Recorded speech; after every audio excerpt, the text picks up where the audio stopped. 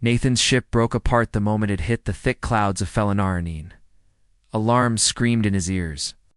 Fire burst from the left wing. Systems failed one by one. He struggled to hold the controls steady, but it was no use. The jungle moon swallowed his ship whole, and everything went black. He woke up hours later, lying on damp grass.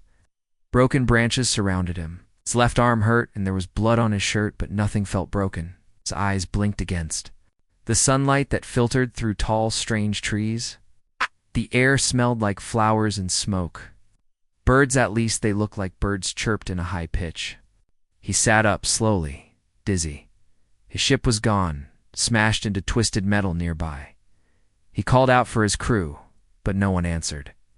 The others must have escaped or worse. Nathan grabbed what he could from the wreck: a small bag with a medkit, a half-working scanner, and a piece of dried food. He didn't know what lived in this jungle, but he had to move. Staying near the wreck might attract attention, bad attention. He didn't get far. A shadow passed above him, then a blur of movement. Turned, and something small jumped down from the tree. Another followed. They were short, no taller than his chest, with soft fur covering their bodies, one golden, the other silver-gray. They had cat-like ears, long tails, and large glowing eyes. They stood on two legs and wore light leather clothes made of woven leaves and bone. They didn't carry weapons, but they moved like they didn't need any. Nathan froze. The golden one stepped forward. She sniffed the air, then pointed at his bag and spoke something in a language he didn't know. Her tone was sharp, like she was giving an order. "I don't understand," Nathan said slowly. Raising his hands to show he meant no harm, the silver one tilted her head and whispered something to the golden one. Then she stepped closer to him, her eyes wide with curiosity. She reached out and poked his injured arm. He winced. She gasped and made a sound, half growl, half concern. They looked at each other, then back at him. The golden one gave a nod. The silver one touched a device on her wrist, and Nathan felt a sharp sting in his neck. He reached for it, but his hand fell to the side. Darkness again. When Nathan opened his eyes, he was inside a small hut made of branches and smooth stone. He lay on soft moss. His wounds had been cleaned and bandaged. Outside, he could hear voices light. And quick, almost musical, the two alien girls entered. They looked at him closely. "You awake?" the silver one said in broken English. "Hurt, fixed." Nathan blinked in surprise. "You speak my language." "A little," she said proudly, touching her wrist device. "Learn fast." The golden one folded her arms. "Still weak," she said, frowning. "No fight. Just fall." Nathan tried to sit up. "Thank you," he said. "I'm Nathan, human." The silver one smiled. "I am Nyla. She is Kira. Feliari." Kira didn't smile, but she nodded. "You crashed. Very loud." "Yeah," Nathan sighed. "Ship's gone. I don't know if anyone else made it." Nyla sat beside him, her tail swaying slowly. "You stay here now. Rest. Help, maybe." Kira looked unhappy. "He is stranger." "Danger, not danger," Nyla said. "Not danger." Kira grunted. "We will see." Days passed. Nathan stayed in the village. The Feliari were careful but curious. They watched him work as he repaired a broken water collector using parts from his ship. He showed them how to clean old solar panels, how to fix cracked tools, and even made a simple stove using heat stones. The Feliari had once been more advanced, but long ago they gave up machines. They lived quietly now, deep in the jungle. But Nyla loved learning. She asked endless questions. She brought him old machines from the ruins nearby, hoping he could fix them. Kira, on the other hand, watched from a distance. She was a warrior, skilled with a bow and fast on her feet. She didn't trust him at first, but she respected strength. One day, when a wild creature attacked the village, Nathan used a shock tool to protect a Feliari child. Kira saw him fight and began to soften. "You fight good, for human," she said afterward. "You save kid," Nyla said, eyes wide. "Thank you. I just did what anyone would do," he replied. From then on, both girls started spending more time with him. Kira took him hunting. She showed him how to move quietly through the jungle, how to spot signs of danger. She was proud and fast, and she laughed only when he tripped over roots.nyl. I stayed by his side when he worked on machines. She asked about stars, space, and Earth. She laughed at his stories and brought him strange fruits to taste. Slowly, Nathan realized something was changing. They weren't just helping him, they were competing. NYLA brought him gifts. Kira challenged him 2 races. One evening, both invited him to sit beside them near the fire at the same time.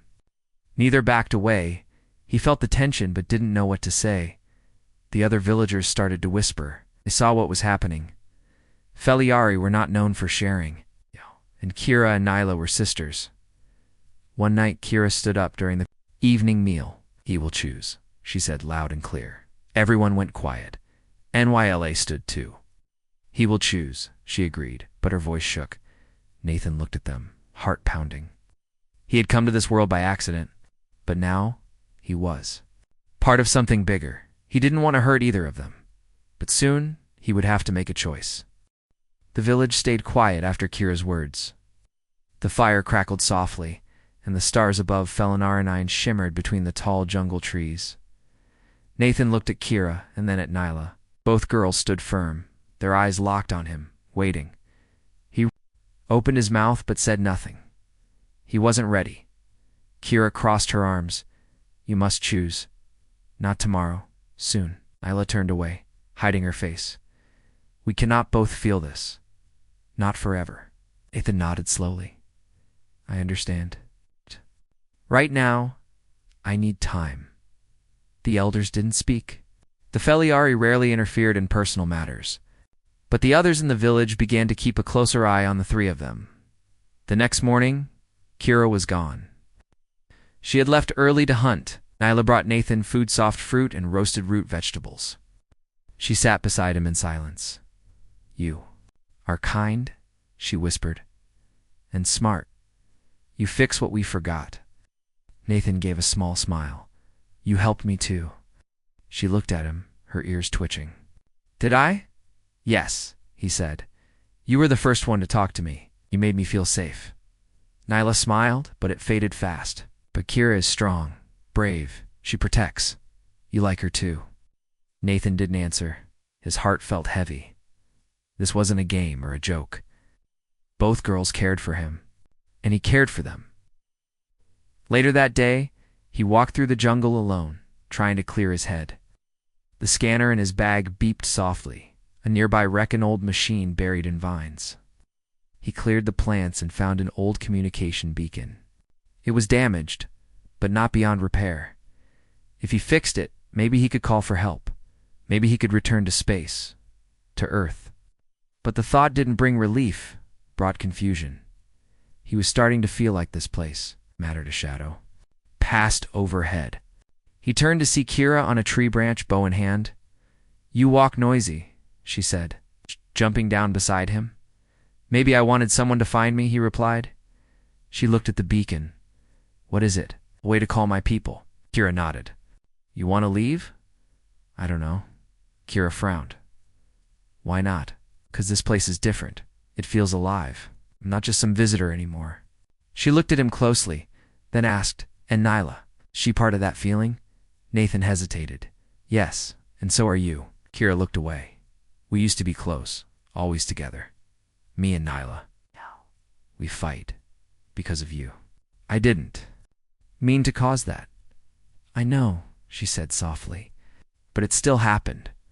They walked back in silence. At night, the villagers danced near the fire. Drums played, and young Feliari leaped and spun through the air. Nyla sang. Her voice was clear and soft like the wind through the leaves. Nathan sat nearby, his thoughts spinning. After the dance, Nyla sat beside him. "You found something today? An old beacon? Will you fix it?" "I think I can." Nyla nodded. "Yeah, you can fix everything, but not this." Nathan looked down. "No, not this." The next day he began working on the beacon. Nyla brought him tools, careful not to touch his hand. Kira stood at a distance, watching. They didn't speak to each other anymore unless they had to. Nathan hated it. He wished they could laugh together again, tease each other like they used to. But something had shifted. Too much feeling had built up, and neither wanted to step back. That night, a group of young Feliari returned from the forest breathless. They had seen something in the skylights, too fast to be birds, too big to be natural scavengers. One elder said. Kira narrowed her eyes. We need to hide the little ones. Scavengers were known across the outer moons. Not pirates, but close. They came to broken planets, searching for lost tech or weak prey. If they found the village, they wouldn't care about peace. Nathan stewed. I can help set up defenses, the elders agreed. The next 2 days were tense. Nathan and Nyla worked on power shields hidden in old structures. Kira and the other hunters placed traps and silent alarms around the jungle paths. Nathan barely slept. Neither did Nyla or Kira. And during those long, quiet nights, something changed. The sisters began to speak again, short words, quiet plans, shared memories. They didn't laugh, not yet. But they worked together, the way they used to. On the third night, the alarm bells rang. Glowing eyes flickered in the trees. Shadows moved fast. The scavengers had arrived. Nathan, Kira, and Nyla stood at the front of the village. The traps were ready. The lights flicked on. High-pitched sound rang through the night, Nathan's warning beacon, tuned to confuse the scavengers' sensors. It had worked. The scavengers were disoriented. Kira led the first wave of defenders. Nyla used a repaired pulse blaster to disable one of their devices. Nathan rushed to protect the food storages. Scavenger attacked, tall and armored, but Nathan dodged and used a shock tool to stop him cold. The battle didn't last long, but it left a mark. 3 Feliari were injured, 1 hut burned. But they had defended their home, and they had done it together. After the fight, the village gathered once more. This time there was no dancing, just quiet thanks and healing. Kira and Nyla sat on either side of Nathan, not fighting, just sitting. Finally, Kira spoke. You were brave. We were all brave, he said. Nella added. You helped us. Again. Always. Nathan looked at both of them. You two helped me more than you know. Kira leaned forward. You still need to choose, but not tonight. Not tonight. Nyla agreed. Nathan closed his eyes, feeling the warm jungle wind brush his face. He still didn't know the answer. But now, had more time. The sky over Felinor 9 had turned bright and clear after the storm and the fight. The scavengers had left, and the jungle was quiet again. But something had changed in the village. Everyone now looked at Nathan with new eyes. He wasn't just the outsider anymore. He had helped defend their home. He had earned their trust. Even the elders spoke gently to him now. Children ran up to him, curious and playful.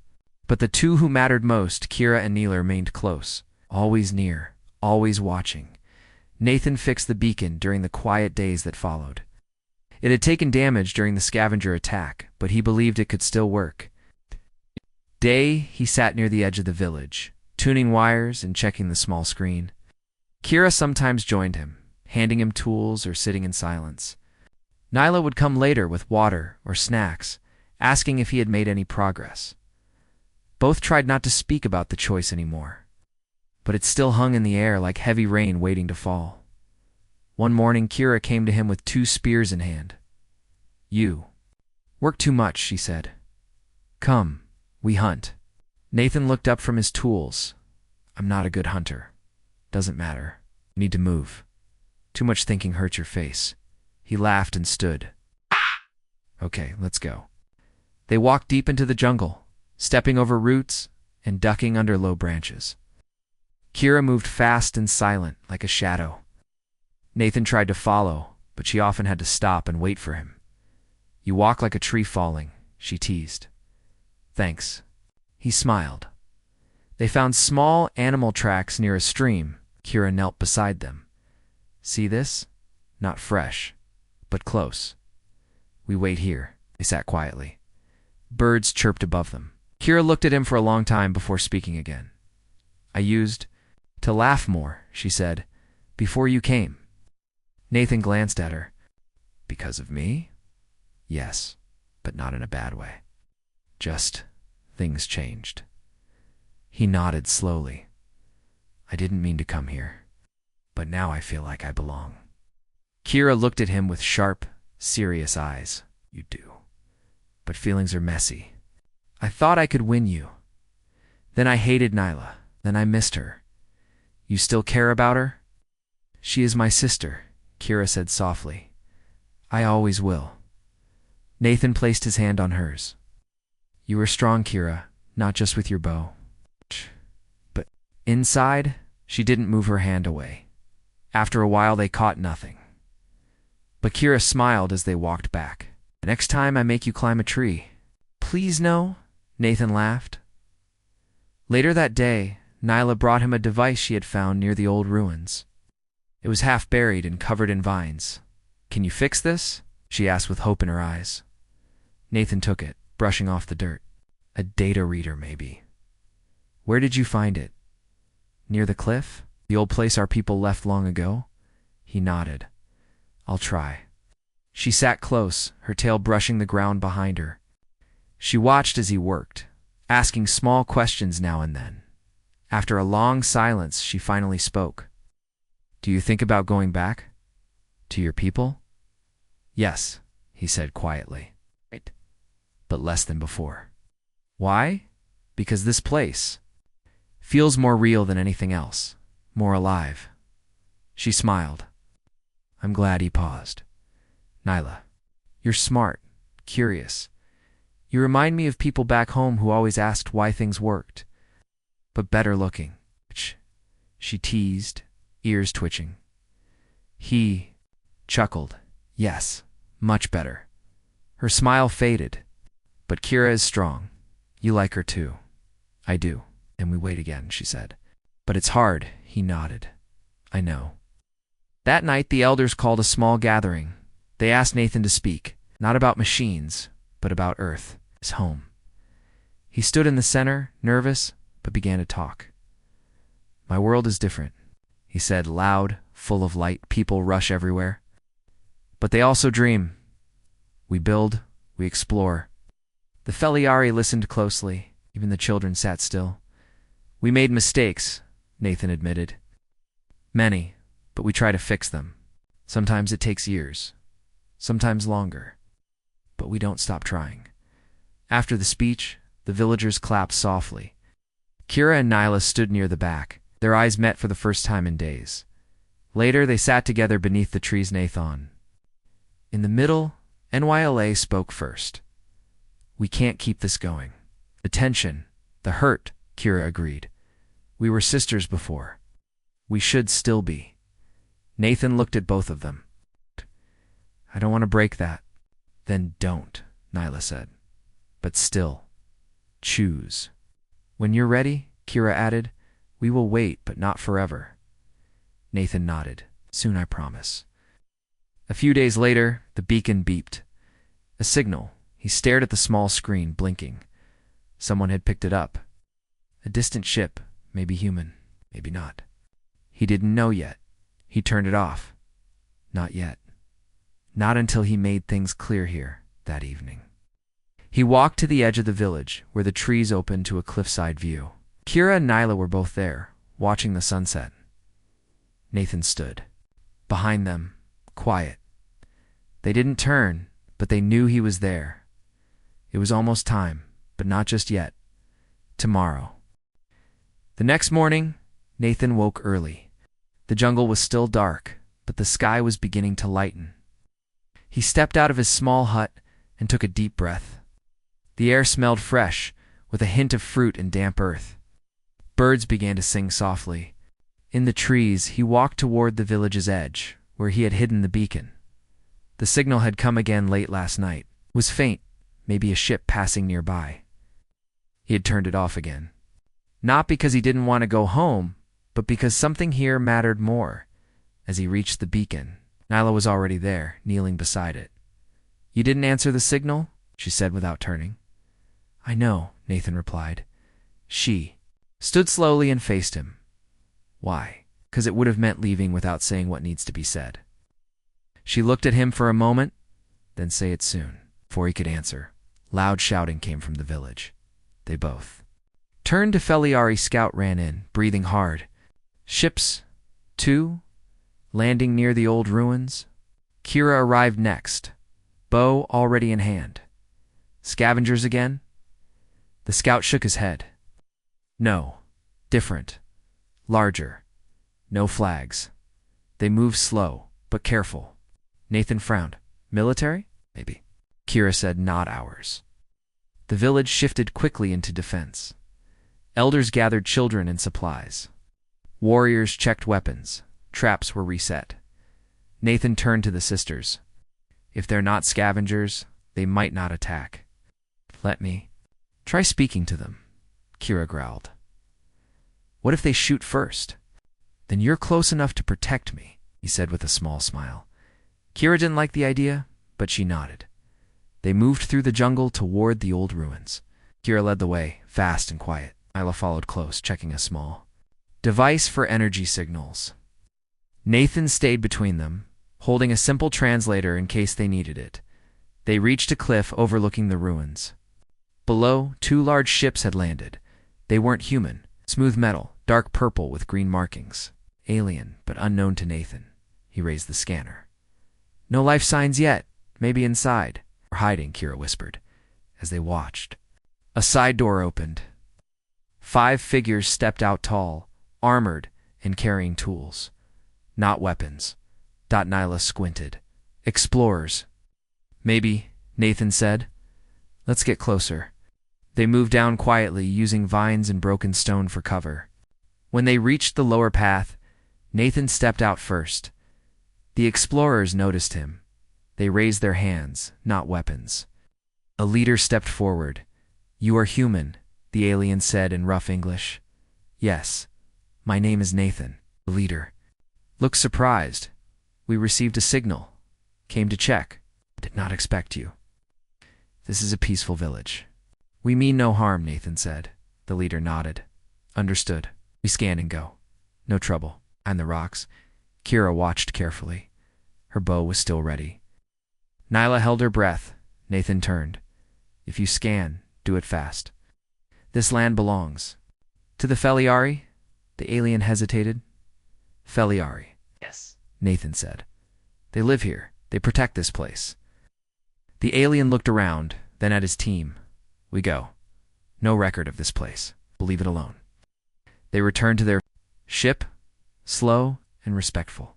Within minutes, both ships lifted into the air and vanished beyond the trees. Kira stepped out. You talked well? Nyla smiled. You protected us. Again, Nathan sighed in relief. I didn't want another fight. Not today. As they walked back to the village, the air felt lighter. The Feliari met them with cheers. For the first time, outsiders had command left peacefully. That night there was a quiet feast. Roasted fruits, soft root cakes, and sweet water from the cold springs. Kira and Nyla sat beside Nathan, just like before, but they didn't speak much. Something hung between them again. After the meal, Nathan stood. He looked at both girls. Come with me. They followed him through the trees to the cliff where the stars shined above the jungle. Nathan turned to face them. Ash. His voice was calm, but serious. I've spent weeks here. I crashed with nothing. No friends. No plan. Just fear. And you both helped me. Nyla looked down. Kira crossed her arms. You didn't have to help me, he continued. You could have walked away. But you didn't. He stepped closer. Kira showed me strength. You protected the people, even when no one asked you to. Your courage kept the village alive. Kira's eyes softened, but she stayed quiet. Nyla, you brought me tools, questions, and ideas. You saw something in me. Not just a broken man, but a builder. You made me feel needed. Nyla's ears lowered. Nathan took a breath. I didn't plan to feel this way about either of you, but I can't ignore it anymore. They both looked up. You deserve honesty, and my heart knows who it's chosen. The wind was gentle. He turned to one of them. I choose you. The other stayed still, eyes full, but calm. No words were said for a moment, but the one he chose stepped forward, slowly, and took his hand. The other nodded, quietly, then turned away, but not with hate. Not with anger, just pain, but peace. The choice had been made. The jungle night was quiet as Nathan stood beside the one he had chosen. The stars above Felanarnine looked brighter, clearer, felt light, like a weight had lifted from his chest. The soft fingers in his hand gave a gentle squeeze, and he looked down at her with a small smile. The other sister had walked away. She didn't speak. Her back was straight, and her tail low. She didn't run or cry. She simply disappeared into the trees.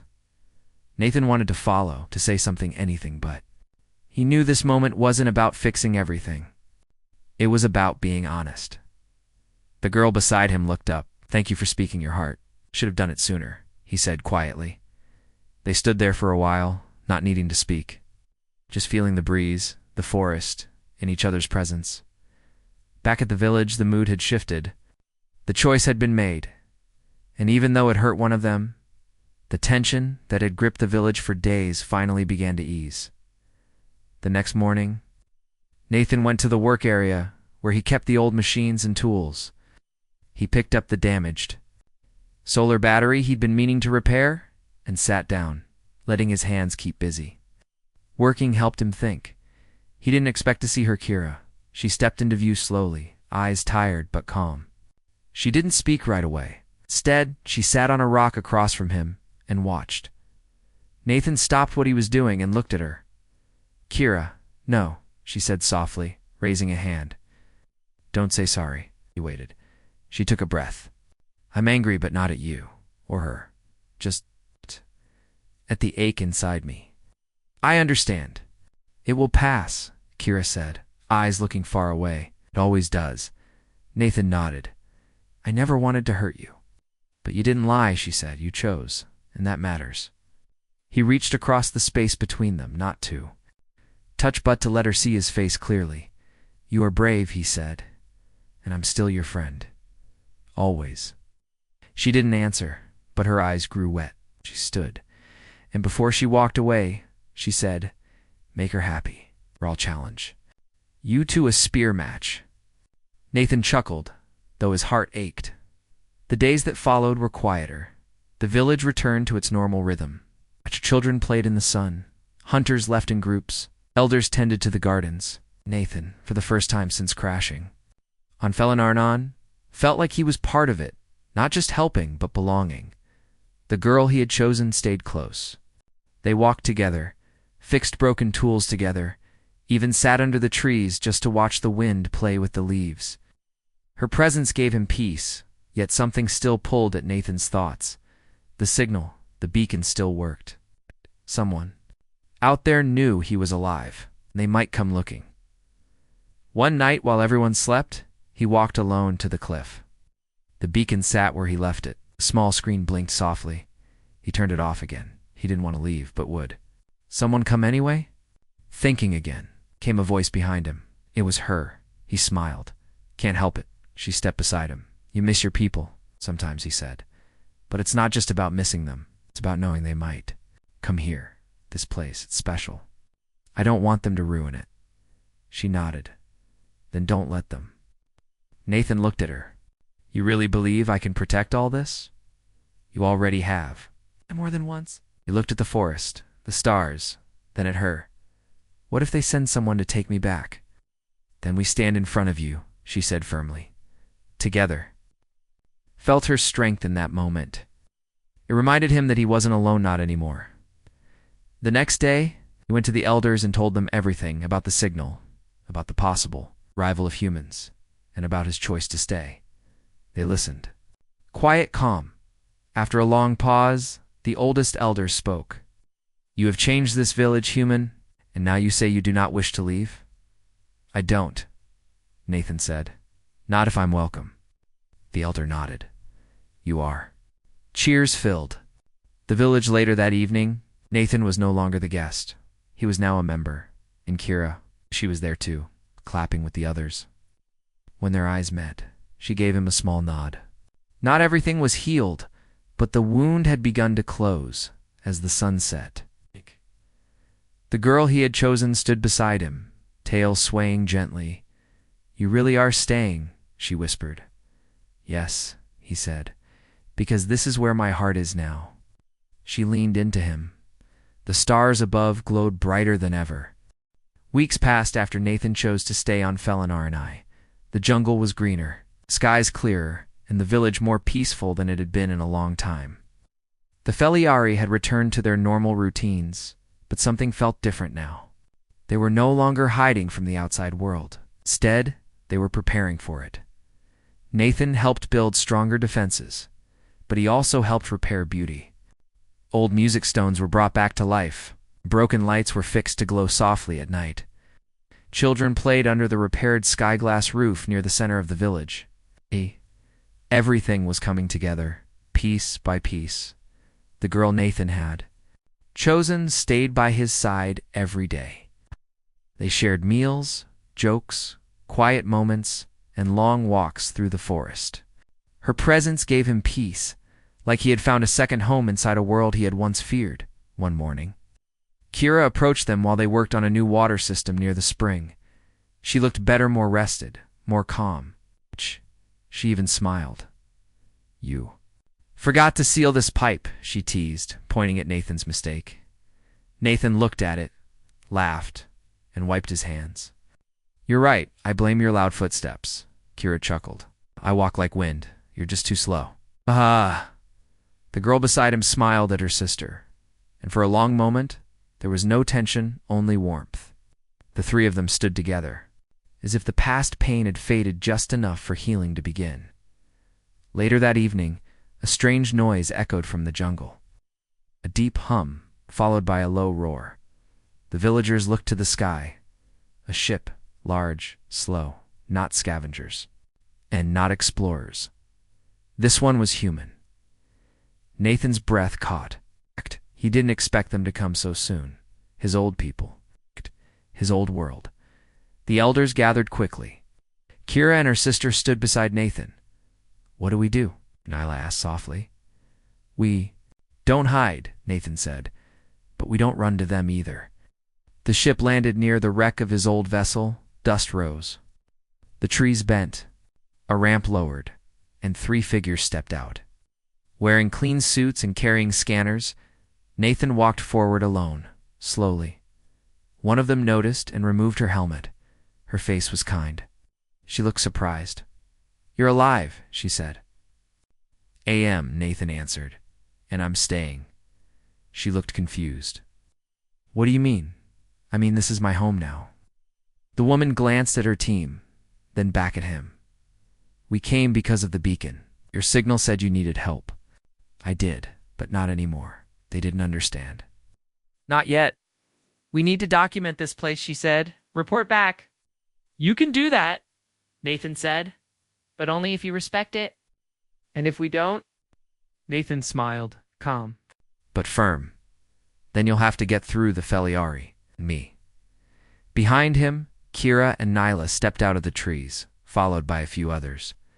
They stood tall, silent, eyes alert. Not angry but ready, the humans didn't draw weapons. They weren't here for war. The woman raised her hands. "We mean no harm, just information." "Observation." Nathan nodded. "And stay as visitors, not owners." The humans agreed. They scanned the forest, took samples, and asked questions. They stayed for only 1 day, then left. Before leaving, the woman turned to Nathan. "Are you sure?" She asked again. "I've never been more sure of anything," he replied. As the ship vanished into the sky, the village cheered quietly. No threats, no battles. Just a goodbye to the old world. Nathan returned to his hut with Nyla, the one he had chosen. She placed her hand over his. Her small fingers soft but full of warmth. "They'll talk about this place now," she said. "Let them talk," he answered. "But this is still ours." A month later, the village celebrated the joining of hearts. Not a wedding like on Earth, something just as special in Feliari tradition. Nathan stood beside Nyla, wrapped in hand-woven threads of green and gold. Kira placed a small moonstone between their hands, sealing the bond with a quiet smile. "Don't drop it," she joked. "You'll never let me forget if I do," Nathan replied. The whole village laughed. That night, under the stars, music played from ancient stones. Lights glowed from old machines brought back to life. And in the middle of it all, Nathan danced with Nyla while Kira watched with pride. Life had taken him far from Earth, to a jungle he didn't understand, to a village that didn't want him at first. But now he was home. Not because he fixed things. Not because he fought, but because he chose to stay. He chose her, and in doing so, he found something stronger than escape, survival, or even love. He found peace.